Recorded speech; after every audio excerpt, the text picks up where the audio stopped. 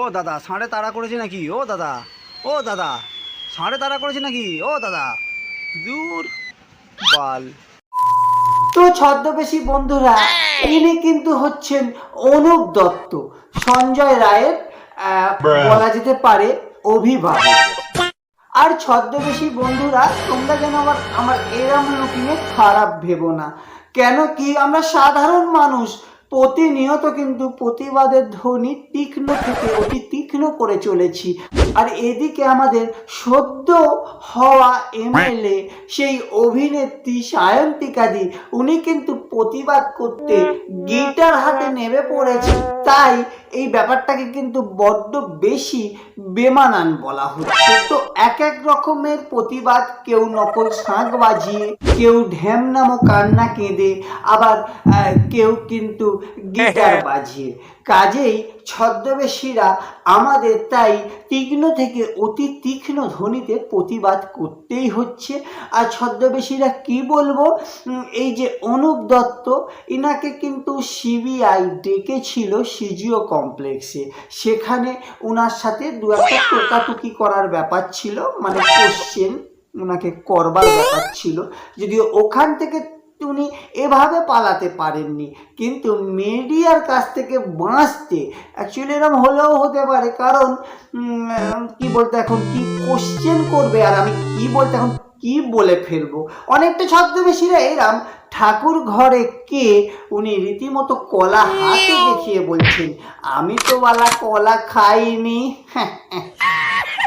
দাঁড়িয়ে যান, পড়ে যাবেন দাঁড়িয়ে। ওই যে আমি বলছিলাম, উনি কিন্তু এমন ভাবে দৌড়চ্ছে, তাড়া করেছে রিপোর্টাররা, তাই জলের মধ্যেও কিন্তু পিছলে পড়ে যাওয়ার একটা সম্ভাবনা ছিল।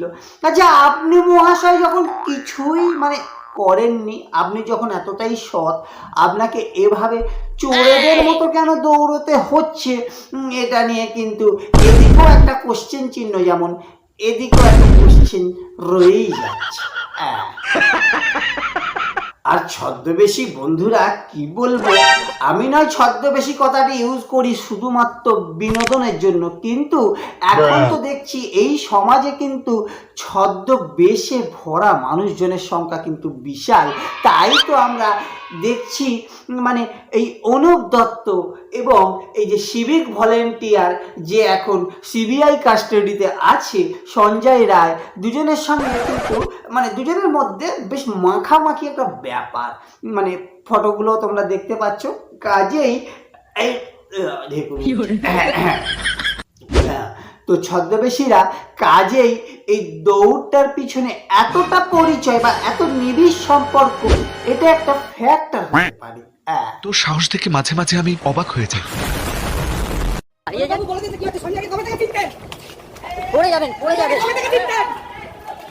পড়ে যাবেন, আস্তে যান, পড়ে যাবেন দাদা।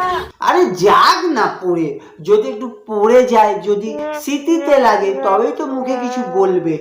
যে মানুষ কিছু করেনি, যে নিরপরাধ, সে কি ছদ্মবেশীরা এভাবে দৌড়তে পারে?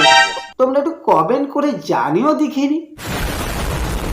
এরপরও থামলেন না কলকাতা পুলিশের এই এসআই, দৌড়তে গিয়ে কেন্দ্রীয় বাহিনীর এক জওয়ানকে কার্যত ধাক্কা দিয়ে ভিতরে ঢুকে পড়লেন। পুলিশ সূত্রে দাবি, কেন্দ্রীয় বাহিনী জওয়ানটাও ভাবলো যে কে ঢুকে পড়েছে রে বাবা, তাই পিছন ফিরে উনি কিন্তু তাকালেন, ভাবলেন বুঝি চোর ডাকাত। আবার উনি এটাও ভাবছেন সিজিও কমপ্লেক্সে, মানে চোর ডাকাতের এত ক্ষমতা যে সিজিও কমপ্লেক্সে ঢুকে পড়বে। তা যাই হোক ছদ্মবেশীরা, আমরা কিন্তু বুঝতে পেরেছি খুবই হাড়ে হাড়ে কে ঢুকে পড়েছে। কে?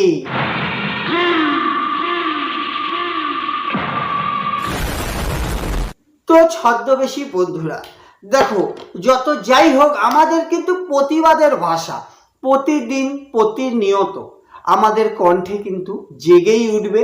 কেন কি, আমাদের সেই একটাই দাবি, উই ওয়ান্ট জাস্টিস।